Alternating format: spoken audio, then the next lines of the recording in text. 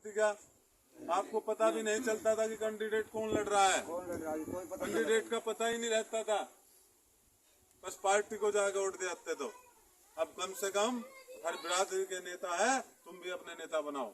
और मुझे बड़ी खुशी होती है इस गांव को देखकर, जो नगवा गांव है पूरे जिले में सबसे बढ़िया। मुझे खुशी इस गांव में ये है कि यहाँ दलित समाज और कश्यप समाज एक साथ मिल के भी वोट करता है और एक साथ मिलकर रहता है।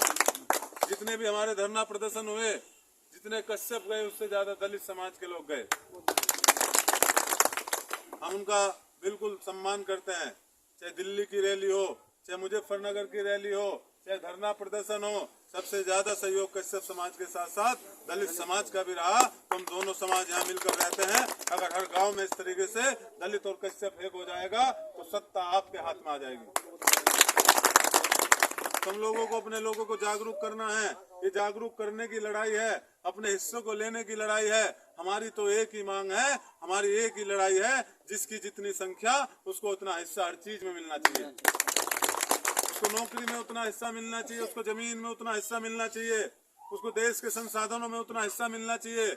जिसकी जितनी संख्या है उसको उस हिसाब से भागीदारी मिलनी चाहिए। हम इस भागीदारी के लिए लड़ रहे थे और इसी भागीदारी के लिए भी भारतीय जनता पार्टी में भी लड़ेंगे। सिर्फ आप लोगों के साथ की जरूरत है।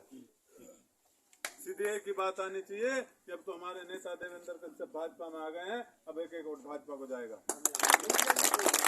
देवेंद्र कश्यप हमारा नेता कैसा हो।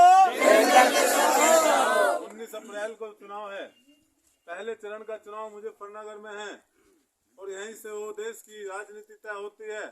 19 अप्रैल को पहला मतदान है, तो आपका एक एक वोट हमारे प्रधानमंत्री नरेंद्र मोदी को तीसरी बार प्रधानमंत्री बनाने के लिए, और यहाँ के केंद्रीय मंत्री जो संजीव बालियान जी लड़ रहे हैं उनको तीसरी बार सांसद बनाने के लिए, और देवेंद्र कश्यप को मजबूत करने के लिए भारतीय जनता पार्टी के चुनाव चिन्ह कमल का बटन दबाना है कि नहीं दबाना है।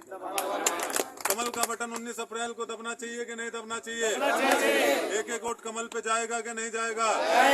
और इतने रिकॉर्ड तोड़ मतों से जिताओ कि पूरे उत्तर प्रदेश में मुजफ्फरनगर में सबसे ज्यादा वोटों से जीतो।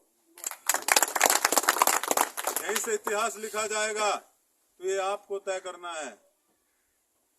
लड़ाई नेता लड़ते हैं। हम धन्यवाद देते हैं आज जिनकी वजह से बोल रहे हैं, बाबा साहब भीमराव अंबेडकर का, जिन्होंने संविधान बनाया, जिन्होंने हमें बोलने का अधिकार दिया, जिन्होंने